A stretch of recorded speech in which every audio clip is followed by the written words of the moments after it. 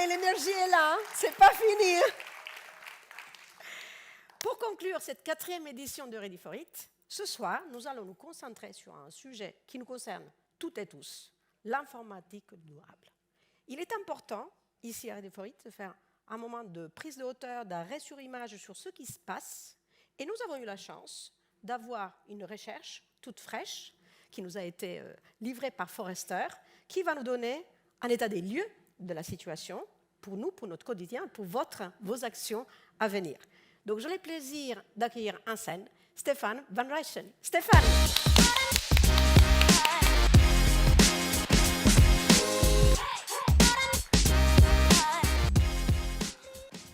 Merci Maria et bonjour. Donc bonsoir plutôt. Je suis Stéphane van Rijssen, analyste chez Forrester. Donc je suis très heureux d'être parmi vous ce soir. Je vais vous parler d'un point qui me tient à cœur, c'est le développement durable. Et donc, en fait, Forrester, c'est une société de recherche et de conseil dont la raison d'être est effectivement d'accompagner ses clients et de mettre la relation de leurs clients au centre de leur stratégie dans tous les domaines, que ce soit le marketing, la vente ou la technologie ou l'expérience client. Et donc, on les accompagne pour qu'ils deviennent ce que nous, on appelle future fit, afin qu'effectivement, on vienne changer leur modèle opérationnel pour les rendre plus innovants, plus sécurisés, plus digitaux et donc disruptifs. Donc voilà, ça c'était pour la partie introductive. Et là, en fait, on va parler de ce qui se passe en fait avec notre bonne vieille planète. Et j'espère qu'en fait, cette présentation, à la fin, vous serez convaincus qu'il est grand temps de s'intéresser au sujet parce que l'IT est quand même responsable d'une petite partie des gaz à effet de serre. Alors voilà l'agenda. L'agenda, en fait, va se passer, comme c'est sur le slide, effectivement, un rappel d'abord sur ce que sont les gaz à effet de serre, l'impact ensuite pour l'IT. Je vais ensuite parler en fait de la démarche stratégique à mettre en place pour justement réduire les gaz à effet de serre pour 3 domaines, donc le développement, la workplace et l'infrastructure. Donc je parle en fait des éléments ou actions stratégiques à mettre en place. Et ce qui se passe en fait, et là vous pouvez prendre la photo, en bas du slide, vous avez en fait le lien qui vous permet d'aller voir le Saint Graal, puisque ce sont tout ce qui est la partie opérationnelle, donc les choses que vous pouvez mettre en place concrètement en fait dans votre SI. Et on terminera bien entendu par les points clés que vous devez retenir. Alors, les gaz à effet de serre en fait, se répartissent en 3 scopes. On a les émissions dites directes, qui sont le scope 1, qui effectivement sont celles qui sont créées par votre entreprise, donc les bâtiments, les véhicules que vous possédez, etc. Vous avez après le scope 2 qui correspond effectivement à la partie électricité, donc qui alimente vos bâtiments et qui contribue à l'émission de gaz à effet de serre. Puis le scope 3, qui sont en fait des émissions dites indirectes, qui sont décomposées en 2.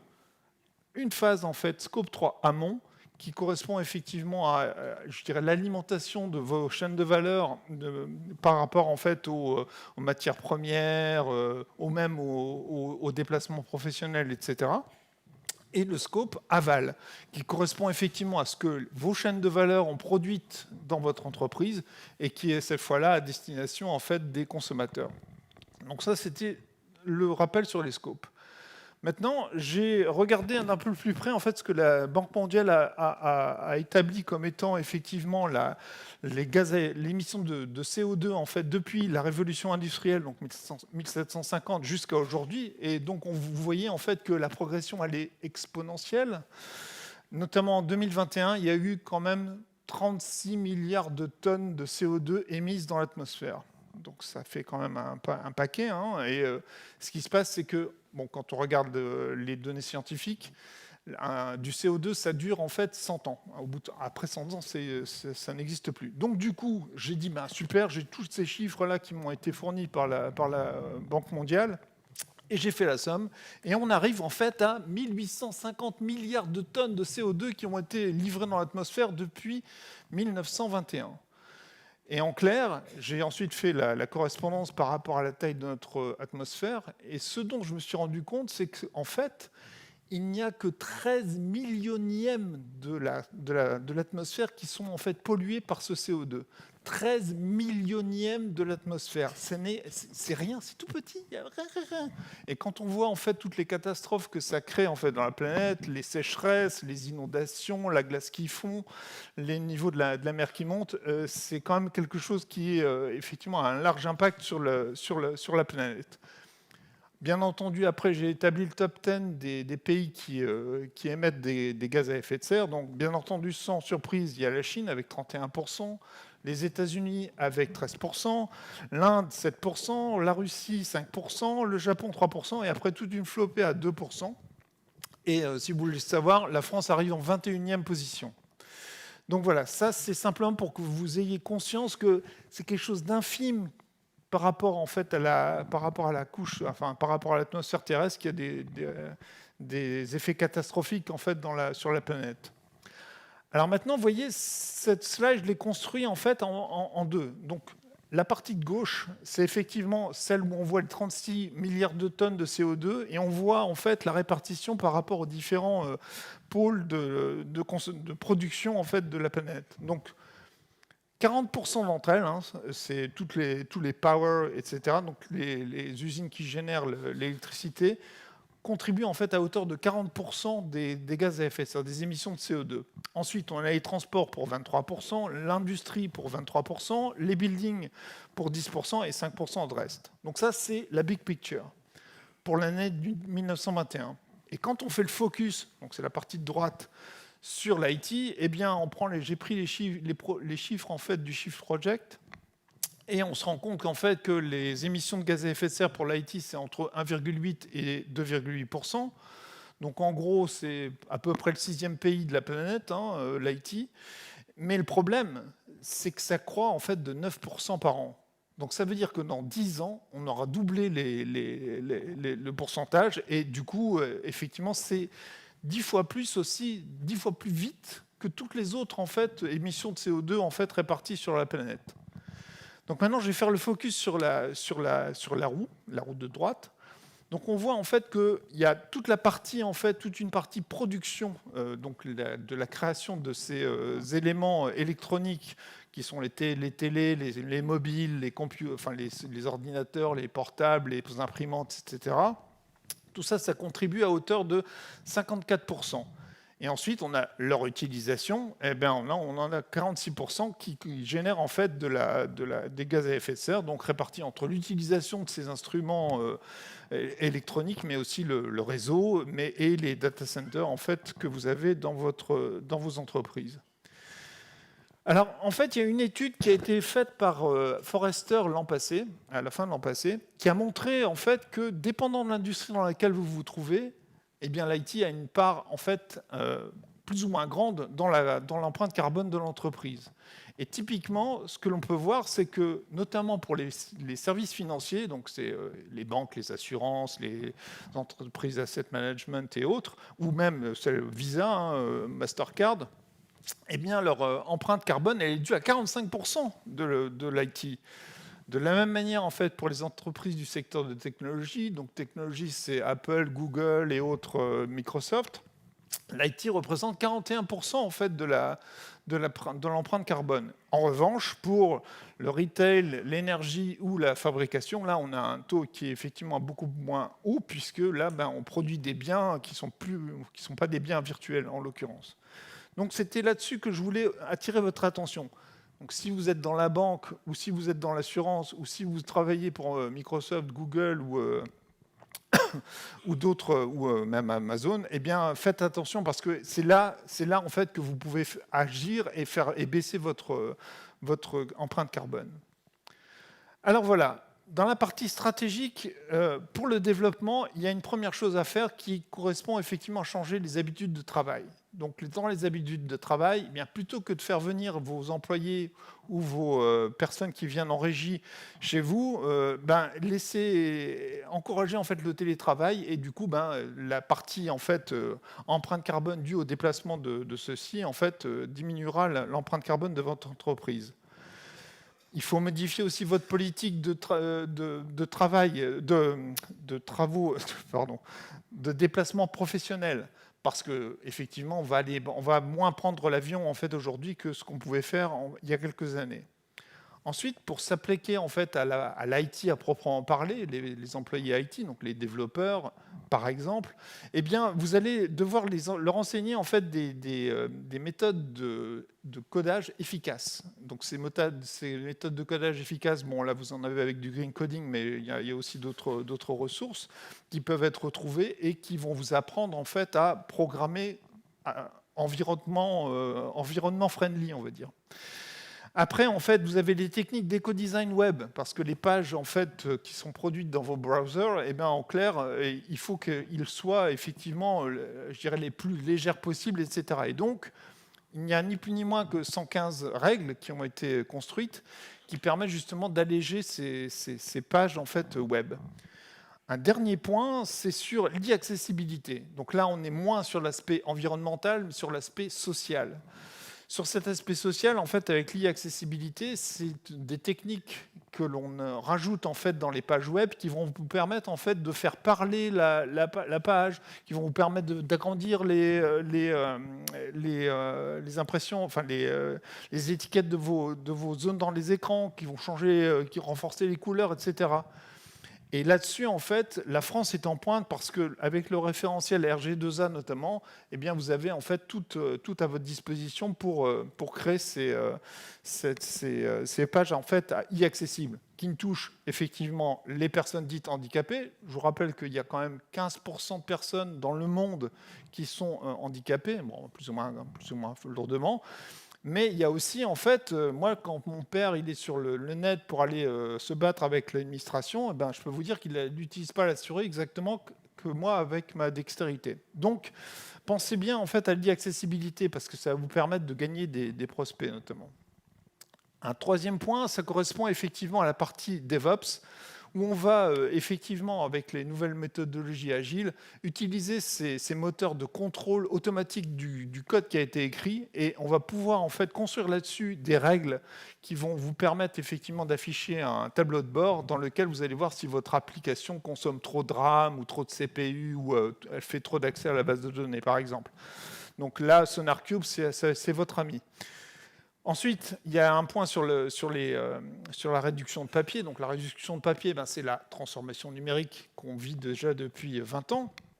On va y arriver, mais en l'occurrence, il faut effectivement encourager à faire en sorte que tous les processus de l'entreprise soient numériques et que justement, on utilise moins de papier, ou que si vous n'utilisez pas en fait les imprimantes sur votre bureau, mais en pull printing en fait dans le couloir, et vous utilisez du vidéo conferencing ou du live chat pour effectivement faire en sorte de faciliter la communication entre toutes les personnes de l'entreprise. Maintenant, sur la workplace. La workplace, c'est le point en fait crucial pour diminuer ces gaz à effet de serre. En clair, dans la workplace, le premier point, c'est de diffuser effectivement la culture du développement durable auprès de tous vos employés. Donc tous vos employés, vous allez pouvoir en fait les former ou les acculturer, comme on dit, pour effectivement qu'ils voient l'impact en fait que le gaz carbonique et autres gaz à effet de serre ont sur l'atmosphère, avec la fresque du climat, la fresque du numérique responsable, The Week qui est en fait une alternative, ou Clean IT qui est encore une autre alternative qui vous permet d'avoir des MOOC sur le sujet.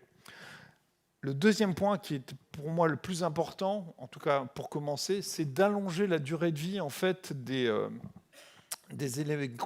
éléments informatiques que vous donnez à vos employés. Parce que, comme on l'a vu tout à l'heure, la création en fait, de ces composants électroniques en fait, coûte très cher en émissions de CO2. Il faut que vous choisissiez des fournisseurs responsables aussi, parce que effectivement, la partie des éléments qui vont vous être fournis doivent être, je dirais, mis en place et mis en œuvre pour être recyclés en fin de vie. Et donc, il faut que ces fournisseurs, par exemple, vous donnent la possibilité de récupérer ces éléments. Ensuite, il faut que la fin de vie de tous vos composants informatiques soit gérée de manière responsable. Et donc, il faut qu'ils soient réparables, il faut qu'ils soient recyclables, il faut qu'ils soient reconditionnables, démontables, etc. J'en passe et des meilleurs. Alors, si ça n'est pas effectivement votre tasse de thé, ce dont je ne doute pas, ce que vous faites, c'est que soit vous avez effectivement établi votre contrat avec votre fournisseur responsable, et donc il vous recyclera vos équipements informatiques, ou alors vous utilisez des partenaires spécialisés qui seront un plaisir de prendre vos vieux serveurs ou vos vieux laptops, et qui effectivement continueront à faire vivre ceci auprès d'une autre population. Ensuite, pour l'infrastructure, donc on a un premier élément qui est le data center, donc le bâtiment dans lequel vous avez les salles machines. Eh bien, pour ces data centers, vous devez effectivement, je dirais, utiliser un nouveau mix énergétique pour que l'électricité qui arrive soit de l'électricité en fait renouvelable. Vous devez faire attention à effectivement rénover votre isolation thermique de bâtiment et aussi d'optimiser votre air conditionné dans la salle machine. Vous pouvez par exemple baisser d'1 degré ou élever d'1 degré, comme vous voulez, ça dépend comment on l'entend, la température de votre data center. Je ne pense pas que ça va effectivement faire trop de mal aux serveurs.